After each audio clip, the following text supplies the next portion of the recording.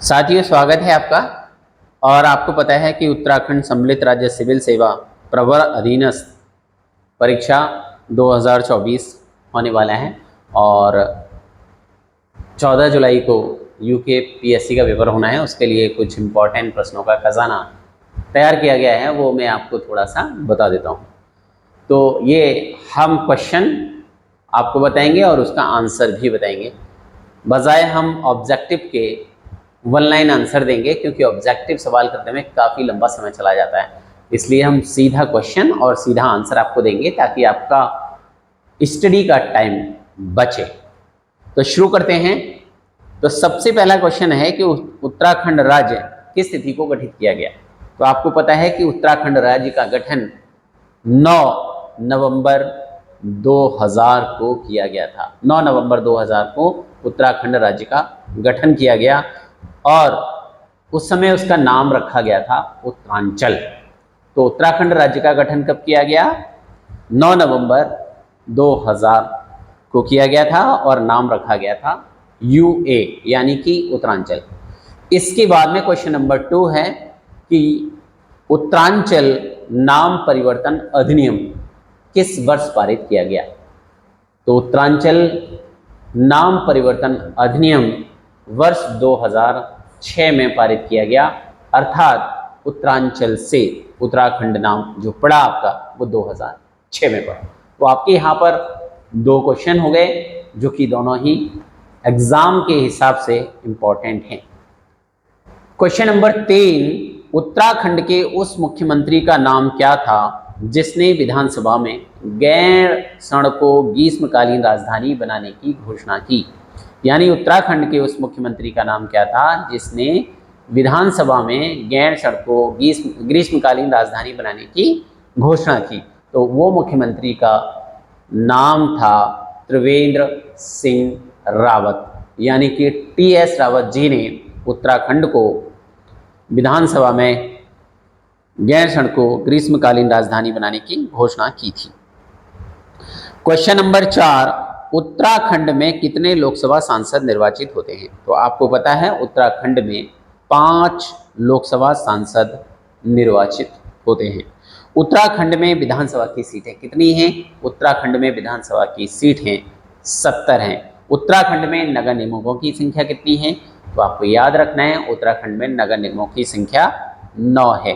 वर्ष 2002 में निर्वाचित विधानसभा में विधानसभा के अध्यक्ष कौन बने थे? आपको पता है कि वर्ष 2002 पहली निर्वाचित विधानसभा थी और पहली निर्वाचित विधानसभा के अध्यक्ष कौन थे? आपसे सवाल पूछा जा सकता है कि उत्तराखंड में पहली निर्वाचित विधानसभा की विधानसभा अध्यक्ष कौन थे? तो आपको याद रखना है श्री यशपाल आर्य जी। तो श्री यशपाल आर्य जी उत्तराखंड विधानसभा के पहली जो विधानसभा गठित हुई थी उसके अध्यक्ष थे। इंपॉर्टेंट क्वेश्चन है, विदेशी विनिमय लेन देन पर लगने वाले टैक्स को क्या कहा जाता है? जो हमारा फॉरेन लेन देन होता है, जो हम लेन देन करते हैं, उस लेन देन पर भी विदेशी जो विनिमय होता है, लेन देन होता है, उस पर एक टैक्स लगता है। उस टैक्स का नाम क्या है? इंपॉर्टेंट क्वेश्चन है, बहुत सारे लोग इसके बारे में नहीं जानते। That is Tobin tax. तो इसका नाम होता है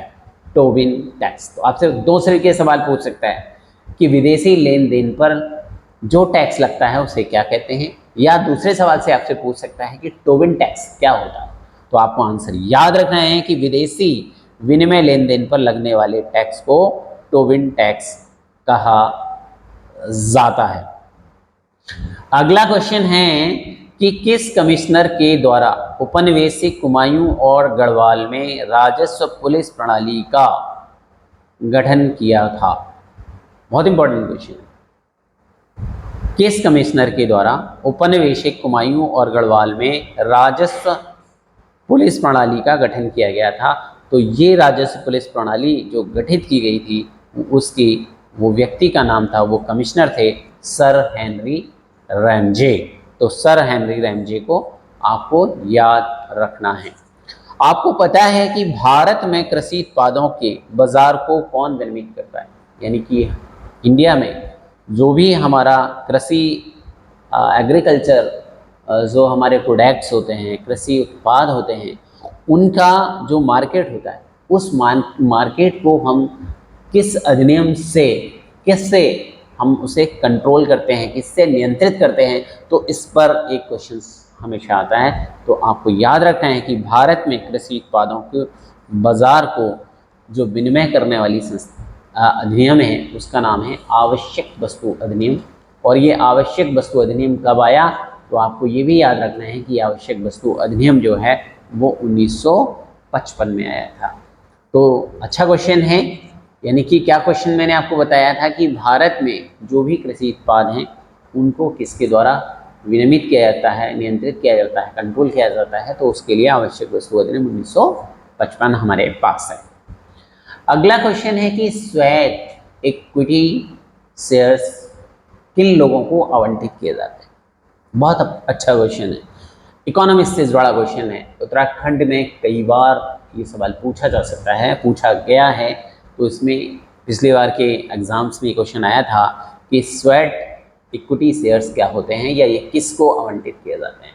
तो हम आपको बता दें कि स्वेट इक्विटी शेयर्स जो होते हैं वो जो भी हमारी कंपनी होती है, वही भी कंपनी अपने कर्मचारियों को, कोई भी कंपनी अपने कर्मचारियों को जो शेयर्स देती है उसका नाम होता है स्वेट इक्विटी शेयर्स। तो स्वेट इक्विटी शेयर्स का मतलब क्या होता है कि जो कंपनी के कर्मचारी होते हैं उनको जो कंपनी शेयर देती है उनका नाम होता है sweat equity shares. Important question है, याद रखना है आपको। आपको पता है कि भारत में राष्ट्रीय खाद्य सुरक्षा मिशन शुरू किया गया था और राष्ट्रीय खाद्य सुरक्षा मिशन की शुरुआत किन वस्तुओं के उत्पादन को बढ़ाने के लिए की गई। तो आपको पता है कि नेशनल जो हमारा फूड सिक्योरिटी मिशन, उसका जो उद्देश्य था वो था कि गेहूं, चावल और दाल, हमेशा याद रखना है सिर्फ 3 चीज़ें हैं, गेहूं, चावल और दाल।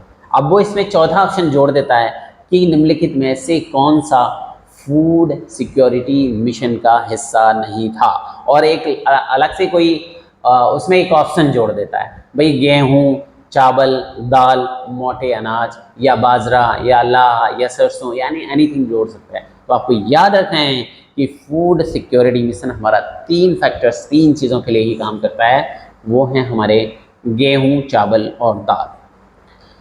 आपने देखा होगा कि क्वेश्चंस जो हैं कई तरीके के क्वेश्चंस आते हैं, और एक क्वेश्चन आता है कि भारत के मानवाधिकार आयोग के प्रथम चेयरमैन कौन, यानी कि जो भारत में ह्यूमन कमीशन का गठन हुआ है ना, ह्यूमन दिवस, मानव दिवस, विश्व मानव दिवस 10 दिसंबर को मनाया जाता है ना, उस वाले मानव अधिकार दिवस के साथ ही मानव अधिकार आयोग, तो मानव अधिकार आयोग के प्रथम चेयरमैन कौन थे, who was the first chairman of human commission in India.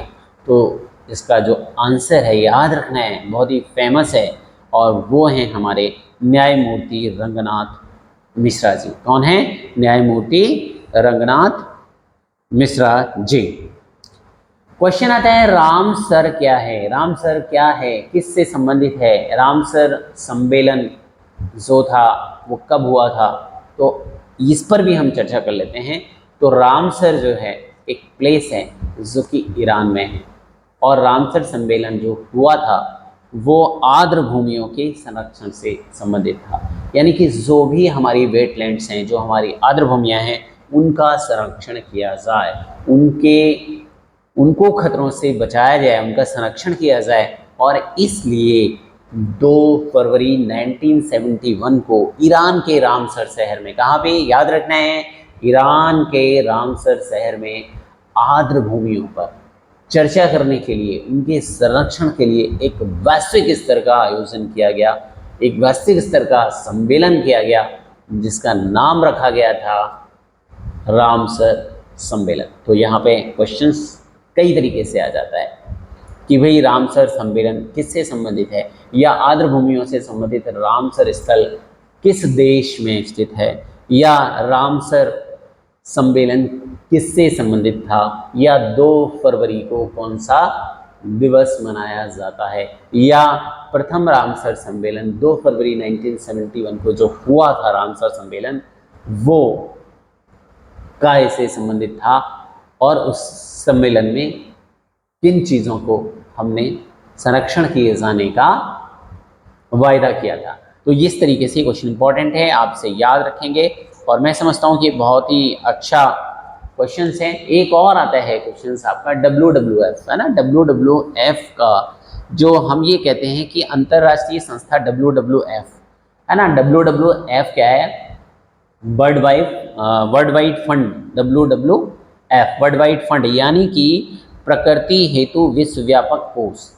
तो जो प्रकृति हेतु विश्वव्यापक कोष है, WWF है, उस संस्था का राष्ट्रीय चिन्ह क्या है, उसका लोगो क्या है ना। कभी बार लोगो पूछ लेता है, कभी उसका राष्ट्रीय चिन्ह पूछ लेता है। तो राष्ट्रीय चिन्ह मीन्स उसका लोगो क्या है। तो आपको याद रखना है कि WWF यानी प्रकृति हेतु विश्वव्यापक कोष का जो प्रतीक है वो महाकाय पांडा है या लाल पांडा है, महाकाय पांडा। ठीक है, तो आपको याद रखना है कि महाकाय पांडा उसका लोगो है, उसका राष्ट्रीय प्रतीक है। एक और क्वेश्चन आता है कि झूम क्या है? झूम, क्योंकि झूम जो है क्या है, कई बार पूछ लेता है कि झूम किस प्रकार की खेती है, झूम क्या है, किस प्रकार की खेती है, कहाँ पर होती है। इस तरीके का आपको क्वेश्चन इसमें मिलता है। तो मैं आपको शॉर्ट में बता देता हूँ कि झूम जो है एक प्रकार की खेती है। तो पहला क्वेश्चन क्या हुआ आपका कि झूम क्या है? झूम एक प्रकार की खेती है। और ये खेती भी किस तरीके की है? वन टाइम वन स्पेस पर होती है या फिर स्थानांतरित होती रहती है। तो ये एक स्थानांतरित प्रकार की खेती है, यानी कि अभी हमने इस बार खेत किया, अगली बार हमने उसके अगले स्टेज पे किया, फिर उसके बाद अगले स्टेज पे किया, फिर इस तरीके से हमारी खेती जो है वो स्टेप वाइज बढ़ती जाती है। और इस प्रकार की खेती जनरली नॉर्थ ईस्ट में, मेघालय इत्यादि में इस प्रकार की खेती की जाती है। बहुत इंपॉर्टेंट क्वेश्चन है और हमेशा एग्जाम में ज़रूर आता है, तो इसलिए आप इसको अच्छे से रखें और याद करें। उत्तराखंड राज्य में बैट कब लागू हुआ? अगर आपसे पूछ लिया जाए कि उत्तराखंड राज्य में बैट कब लागू हुआ, इस तरीके से क्वेश्चन आता है, डायरेक्ट क्वेश्चन आता है कि उत्तराखंड राज्य में बैट कब लागू किया गया था। तो आपको याद रखना है कि उत्तराखंड में बैट वर्ष 2005 में लागू किया गया था, है ना। तो उत्तर प्रदेश में भी 2005 में ही लागू हुआ था, उत्तराखंड में भी 2005 में ही लागू हुआ था। तो आपको याद रखना है कि उत्तराखंड में बैट 2005 में लागू किया गया था। एक बहुत सारा एक सिंपल सा एक क्वेश्चन आता है कि किस जंतु को हम कृषि भूमि का कृषक कहते हैं, या कृषि भूमि में सहायक जानवर कौन सा है। इस तरीके से भी सवाल आ जाता है। तो आपको याद रखना है कि केंचुआ जो हमारा है वो कृषि भूमि का कृषक है, वो कृषि भूमि को उत्पाद बनाता है। क्यों बनाता है, कैसे, आपको पता है कि केंचुए का इस्तेमाल हम आजकल कहाँ करते हैं? जैविक खाद, जो जैविक खाद हम बनाते हैं वो केंचुए से ही बनाते हैं। तो that's a very important question कि केंचुआ किसानों का सहायक कहा जाता है, किसानों का मित्र कहा जाता है, कृषि भूमि का कृषक कहा जाता है। तो इस प्रकार से उस पर कई सारे पॉइंट्स बनते हैं जो आपको याद रखना है, ठीक है ना। आगे हम लोग चलते हैं कि उत्तराखंड लोक सेवा आयोग के प्रथम अध्यक्ष कौन थे। दैट्स वेरी इंपॉर्टेंट क्वेश्चन, पूछा जा सकता है कि उत्तराखंड लोक सेवा आयोग के प्रथम अध्यक्ष कौन थे। तो इसमें आपको याद रखना है श्री NP नवानी, श्री NP नवानी। कौन थे? श्री NP नवानी। तो यू रिमेंबर इट कि श्री NP नवानी जो थे वो उत्तराखंड लोक सेवा आयोग के प्रथम यानी कि फर्स्ट अध्यक्ष थे, यानी कि फर्स्ट चेयरमैन थे। तो आपको इसे याद रखना है। उत्तराखंड की प्रथम महिला राज्यपाल कौन थी? दैट्स वेरी इंपॉर्टेंट क्वेश्चन कि भाई उत्तराखंड राज्य का गठन हुआ, अभी मैंने आपको बता दिया कि उत्तराखंड राज्य का गठन जो था वो 9 नवंबर 2000 को हुआ, है ना। और 9 नवंबर 2000 के बाद 2006 में उत्तराखंड नाम परिवर्तन अधिनियम आया और उत्तराखंड जो उत्तरांचल नाम शुरुआत में था उसका नाम बदलकर उत्तराखंड हो गया 2006 में। तो ठीक उसी प्रकार से तो इसमें ये उत्तराखंड राज्य जो था उसमें लोक सेवा आयोग का भी गठन हुआ और उसके प्रथम चेयरमैन कौन थे, ये आपसे पूछने वाला क्वेश्चन है। तो मैंने आपको बता दिया श्री NP नवानी थे, श्री NP नवानी, है ना। वैसे ही उत्तराखंड की प्रथम महिला राज्यपाल कौन थी? Shrimati Margaret Alva. तो श्रीमती मार्गरेट अल्वा को याद रखने हैं क्योंकि वो उत्तराखंड राज्य की प्रथम महिला राज्यपाल हैं। That's a good question. तो ये सवाल बहुत अच्छा है और इस तरीके से आपको पता है। एक क्वेश्चन आपका पीसीएस के प्री में हमेशा आता है, मुझे याद आ रहा है, क्योटो प्रोटोकॉल। तो इस क्योटो प्रोटोकॉल को जरूर याद करें। तो इसमें जनरली दो क्वेश्चन पॉइंट्स आपको याद रखने हैं कि क्योटो प्रोटोकॉल। तो सबसे पहले क्योटो है कहाँ पर? तो क्योटो एक शहर है जो कि जापान में। तो आपका एक क्वेश्चन क्लियर हुआ कि क्योटो प्रोटोकॉल क्या था। अब क्योटो प्रोटोकॉल एक सम्मेलन था जो कि वर्ष 1997 में हुआ। कब हुआ? 1997 में क्योटो प्रोटोकॉल नाम का एक सम्मेलन हुआ जो कि जापान के क्योटो शहर में था। अब इस सम्मेलन में हुआ क्या था? हमने इस सम्मेलन में किया क्या था?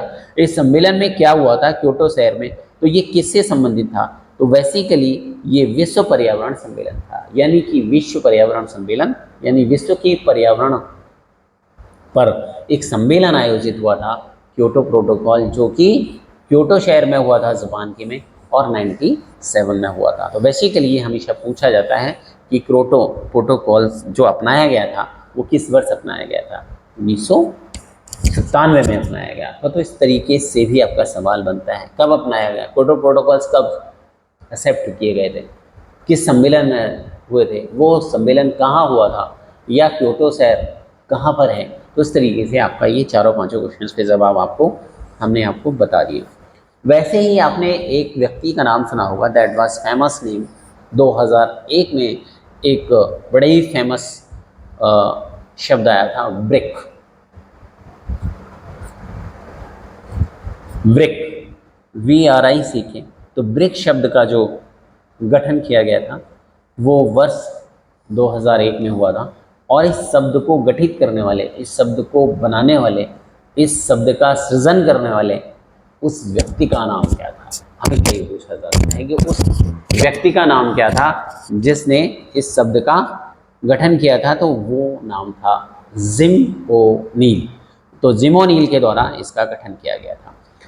एक और क्वेश्चन है इंपॉर्टेंट कि जो भारत में उदारीकरण की नीति, भारत में उदारीकरण की नीति, the policy of liberalisation, the policy of liberalisation, उदारीकरण की नीति कब आई? Important question. कौन प्रधानमंत्री था उस समय? कौन वित्त मंत्री था उस समय? तो इस तरीके कई सारे क्वेश्चन इसमें बनते हैं। पॉलिसी ऑफ लिबरलाइजेशन, भारत में उदारीकरण की जो नीति आई थी वो कब आई? आपको याद है कब आई? तो आपको याद रहना चाहिए कि जब हमारे देश के प्रधानमंत्री PV नरसिंह राव जी थे, उनके समय में उदारीकरण की नीति, लिबरलाइजेशन की पॉलिसी को अडॉप्ट किया गया था। और उस समय जो फाइनेंस मिनिस्टर थे वो कौन थे? वो वित्त मंत्री थे हमारे मनमोहन सिंह। तो आपको याद रखना है, ये क्वेश्चन आपका बहुत इंपॉर्टेंट है कि पॉलिसी ऑफ लिबरलाइजेशन है ना, यानी कि उदारीकरण की नीति को अपनाने वाले भारत के कौन से प्रधानमंत्री थे? तो आपको याद रखना है श्री PV नरसिंह राव थे। और वित्त मंत्री जो थे वो कौन थे? वित्त मंत्री थे आपके मनमोहन सिंह जी। इंपॉर्टेंट क्वेश्चन है, आता है, रिपीट होता है, बहुत ही अच्छा है। एक आपने देखा होगा कि पंचायती राज से संबंधित क्वेश्चन जनरली पूछते हैं, और पंचायती राज के क्वेश्चंस में दो क्वेश्चंस हमेशा बनते हैं कि पंचायती राज, जैसे उत्तर प्रदेश में जो पंचायती राज है वो किस प्रकार का है? वो त्रिस्तरीय प्रणाली है। पंचायत स्तर पर, ब्लॉक स्तर पर यानी कि क्षेत्र पंचायत स्तर पर, और जिला पंचायत स्तर पर। तो हमारे यहाँ जो पंचायती राज सिस्टम है वो त्रिस्तरीय पंचायती राज सिस्टम है। अब इस पंचायती राज में जो त्रिस्तरीय पंचायती राज की जो बात आई, यानी इसको किस समिति ने कहा रखने के लिए? तो इसके लिए आपको याद रखना है बलवंत राय मेहता समिति। बलवंत राय मेहता समिति जो वर्ष 1957 में आई और उसने त्रिस्तरीय पंचायती राज के गठन की बात कही। इंपॉर्टेंट क्वेश्चन यहाँ पर। इसके साथ ही एक दूसरी कमेटी आई जिसका नाम था अशोक मेहता समिति, जो 1977 में आई, यानी कि ये 57 की थी, वो 77 की थी, यानी इसके 20 साल के बाद। और उसने कहा कि जो पंचायत का स्तर है वो त्रिस्तरीय के बजाय द्विस्तरीय होना चाहिए।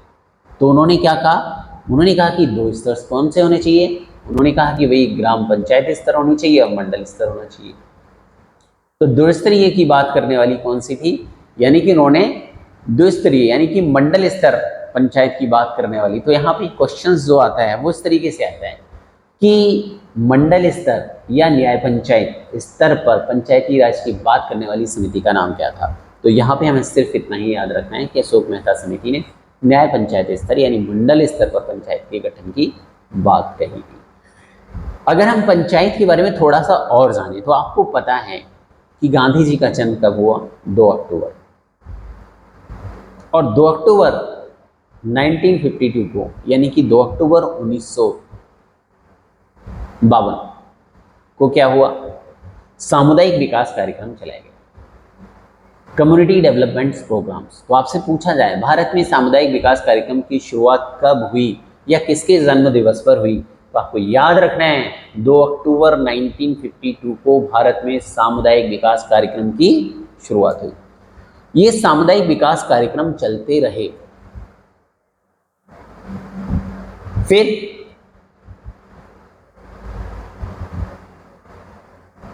एक समिति का गठन किया गया था 97 में, जिसका नाम था बलवंत राय मेहता समिति। उस समिति का काम क्या था, उस समिति का काम था कि जो कम्युनिटी डेवलपमेंट प्रोग्राम 2 अक्टूबर 1952 को लागू हुए थे उनकी समीक्षा करना था और उस पर एक रिपोर्ट देना था, और वही किया उसने। 1957 में बलवंत राय मेहता समिति ने अपनी एक रिपोर्ट दी और उस रिपोर्ट में कहा कि भारत के सामुदायिक विकास को करने के लिए हमें पंचायती राज सिस्टम की ज़रूरत है और भारत में जो पंचायती राज व्यवस्था लागू की जाए वो त्रिस्तरीय होनी चाहिए, यानी कि 3 स्तर पर होनी चाहिए, ग्राम स्तर पर ग्राम पंचायत, क्षेत्र पंचायत स्तर पर क्षेत्र पंचायत यानी कि जो कि ब्लॉक स्तर कहलाता है, और तीसरा जिला स्तर पर जिला पंचायत का गठन किए जाने का प्रावधान बलवंत राय मेहता समिति के द्वारा किया गया। तो यहाँ से इसकी बात आई। इसके बाद 1977 में आगे चल करके अशोक मेहता समिति आई जिसने द्विस्तरीय पंचायत के गठन की बात कही। तो इस प्रकार से इसमें ये कई सारे क्वेश्चंस मैंने आपको इसमें बताए हैं, एक के बाद एक कोई सा भी क्वेश्चंस आपके उस पर आ सकता है जो आपके लिए इम्पोर्टेंट हो सकता है। तो ये हमारी आपसे ये है। आपको ये पता है कि सेवा का अधिकार, हम ये कहते हैं कि right to service, right to service, सेवा का अधिकार। कितने लोग हैं जो चाहते हैं कि मैं सेवा के अधिकार को अडॉप्ट करूं? देश में बहुत कम लोग हैं जो राइट टू सर्विस को अडॉप्ट करना चाहते हैं। Nobody want to do service. कोई भी व्यक्ति सर्विस करना नहीं चाहता, लेकिन वो क्या चाहता है, सर्विस करवाना चाहता है, करना नहीं चाहता है लोग उसकी सेवा करें, उसके बारे में ही उसे बॉस कहें। वो नहीं चाहता कि मैं भी किसी का सर्वेंट बनूं, मैं भी किसी का चेला बनूं। वो हर व्यक्ति चाहता है कि मैं सबका गुरु बनूं। तो यहाँ पर एक क्वेश्चन आता है, इस टॉपिक पर एक क्वेश्चन आता है कि राइट टू सर्विस, ये जो प्रावधान था वो कहाँ से लिया गया या कहाँ से अवधारणा है, या राइट टू सर्विस की जो कंसेप्ट है वो कौन से देश से शुरू? तो राइट टू सर्विस की जो कंसेप्ट है, ध्यान रखना है आपको, इंपॉर्टेंट क्वेश्चन है, ग्रेट ब्रिटेन से शुरू हुई। कहाँ से शुरू हुई? ग्रेट ब्रिटेन से शुरू हुई।